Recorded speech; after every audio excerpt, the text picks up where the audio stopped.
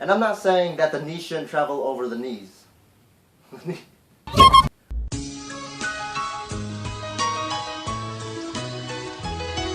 What's up guys, Al here from AM Train. So today I'm going to make a video, part 1 of a 3-part series on how to switch from high bar to low bar. And the reason why I'm making a video on this, or a tutorial on this, is because when I was in the process of switching, I felt like I didn't have a ridiculously handsome, sexy Asian man to help guide me through the way.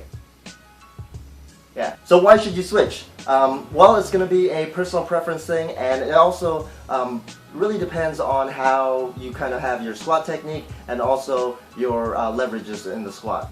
So let me go ahead and give you a brief history lesson about my squat. And I know that sounds weird coming from an Asian man, because you feel like you would actually get a math lesson instead of a history lesson. But anyways, I digress. So I've been squatting high bar for a good 7 years now, and you know, the reason why I felt like I needed to make the switch is because when I was squatting, I felt like I had balance issues. Sometimes, like, it would be just 90% of my max, and I would fail because I missed groove. And when you're in high bar, it's very unforgiving. So I recently made a switch over, and I went from a 405 squat to a 435 squat within 2 months. So that's pretty good 30-pound PR progress within a short amount of time.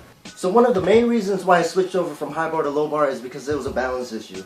When you have the bar higher on your back there, it's going to create a longer lever, and it's going to be less forgiving if you ever miss groove. So that's what was happening before, is that I would miss groove a little bit, and I didn't have enough back strength to pull me up, because it's going to feel crazy heavy when you have a longer lever.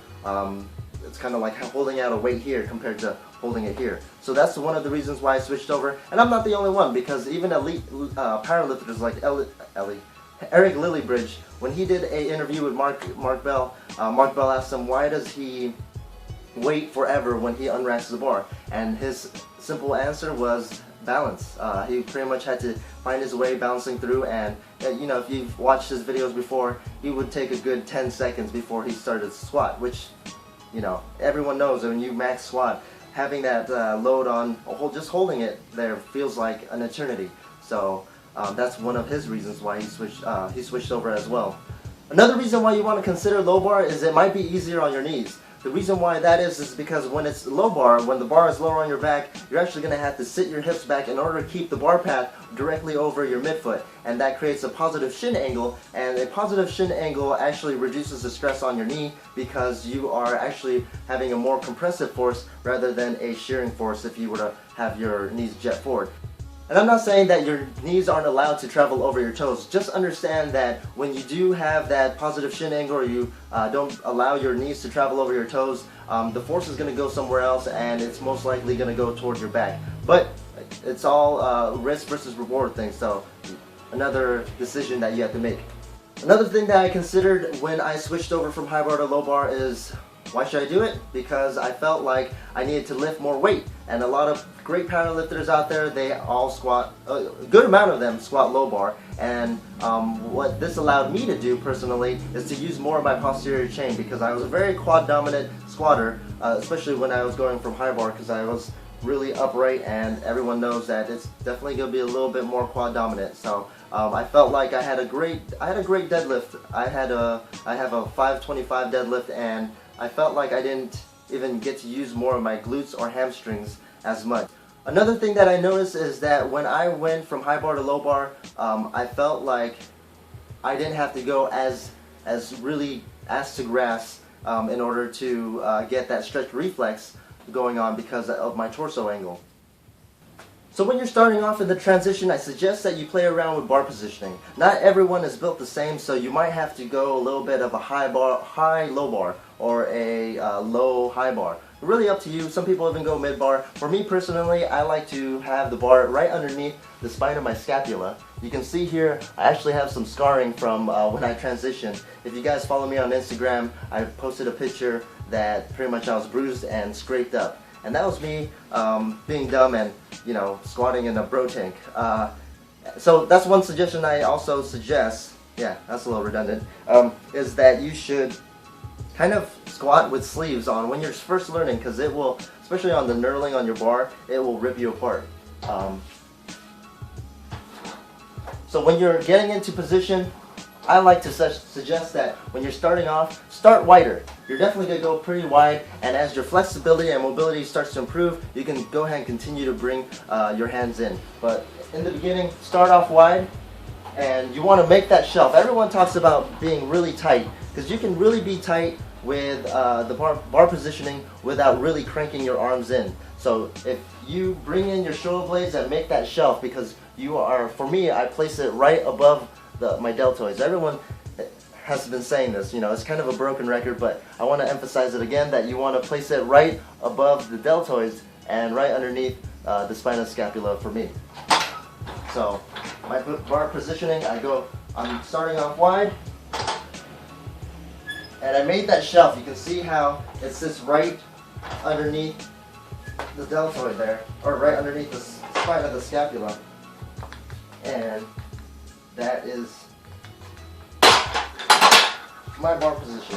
There are two reasons why you don't want to bring in your hands right away. One of them is that it's a mobility issue. The second one is what I'm going to talk about real quick, is that you might start to hold the bar rather than rest the bar on your back. Mark Ripito, he suggests a false grip, and you can do that, but for me personally that's not comfortable. You can still have the bar resting on your back without false gripping it. So you want to make sure that you are resting the bar on you and not having it actually get supported by your hand, because then you'll start to have some tingling issues maybe. And if you guys are also doing low bar, you feel like you have some tingling in your pinky finger and your ring finger, that is a mobility issue along with a nerve issue. And for me personally, I know I've experienced that myself.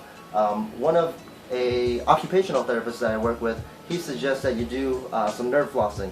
Specifically, because you're in that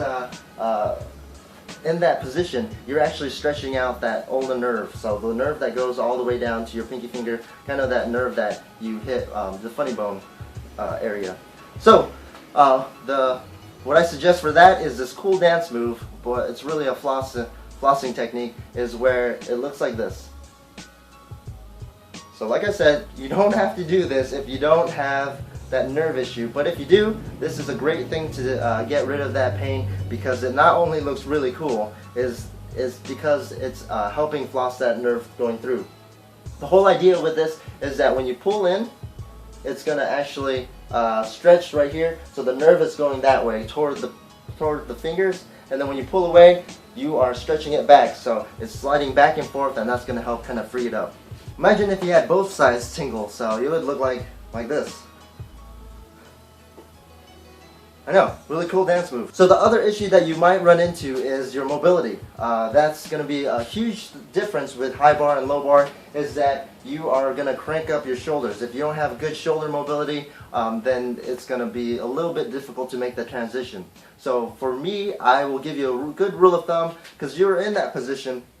That's a lot of external rotation. So we got to make sure that our external rotation is up to par. One quick way to measure this, and like I said, everyone's going to be different, and this is kind of just the norm. It might not apply too much to meatheads because you know, maybe our biceps or any bigger muscles kind of hinder it, but that's no excuse to not be a supple tiger. So the real quick test is you should be able to touch the spine of the scapula, like I was talking about, that bony one right there. And see how I come over, right hand coming into external rotation and touching the spine of the scapula. That is pretty good. You should be able to do that. For me, on the left side, it's going to be a little tighter, and it's not as well. It's not as good. I don't want you to bring up your other shoulder in order to compensate to get it. So you should be able to touch it. I am able to touch it, but it's not as good as my right side. And that's normal, because a lot of people that throw or do anything like that, if you're right hand dominant, you're going to have more external rotation than you do anything. Than your left hand side. And that makes sense. When I was switching over from high bar to low bar, I actually had a little bit of elbow pain on my left side, and that's because I didn't have that mobility, and all the force was going, rather than my shoulder, it was going somewhere into my elbow. And while we're at it, we might as well test our internal rotation. So it might not apply too much with low bar, but it's still a good test to have. So basically your fingers should be able to touch the inferior angle of your scapula, and that's that little triangle at the bottom. See right here, I have internal rotation. So internal rotation might not be specific to the low bar, but it is going to be important for your shoulder health. Your range of motion for internal and external rotation for your right arm should pretty much equal your left arm as well. So that's kind of the general rule of thumb. So now that we tested our internal and external rotation, let's go ahead and do something about our bad mobility, or your bad mobility. So not only do I suggest being more frequent on using either a PVC pipe or using the bar just to get that stretch and get used to it, because it is going to be specific, you also want to go ahead and stretch out using the doorway.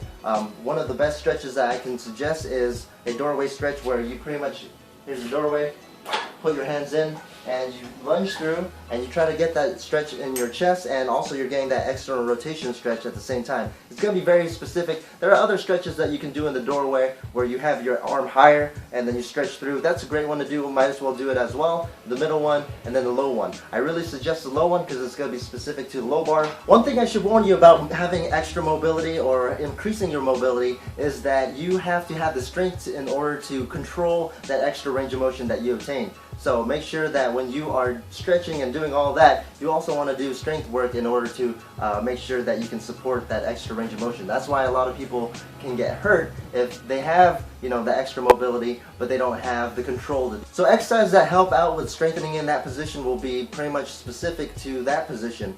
You're looking at YTWLs. If you guys are not familiar with that, definitely Google it or YouTube it. Also, you want to do some wall slides, go against the wall, have that external rotation, and push into the wall. You're really working that infraspinatus muscle, pushing into it, and getting that range of motion as well. It's also a great stretch because you are actively going into that stretch. Also, you want to do face pulls. Face pulls are going to be great for you because, again, it's in that position, external rotation. You're working that. You're working on your rowing muscles along with your external rotation muscles. I'm a really big fan of face pulls. If you're not doing them, you need to be doing them even if you don't do low bar. Another thing you can do with a PVC pipe is shoulder dislocations. I'm sure you guys are familiar with that if you guys are, following any kind of fitness guy.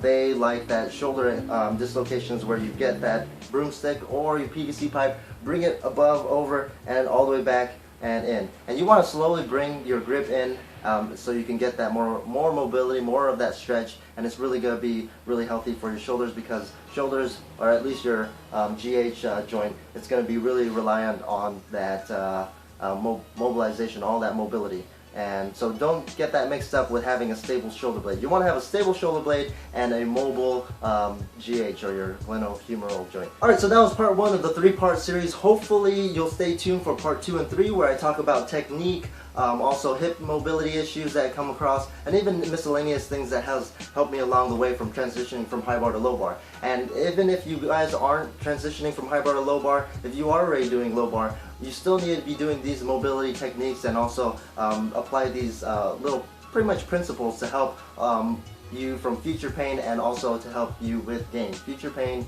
gain. Anyways, train hard, train smart, guys.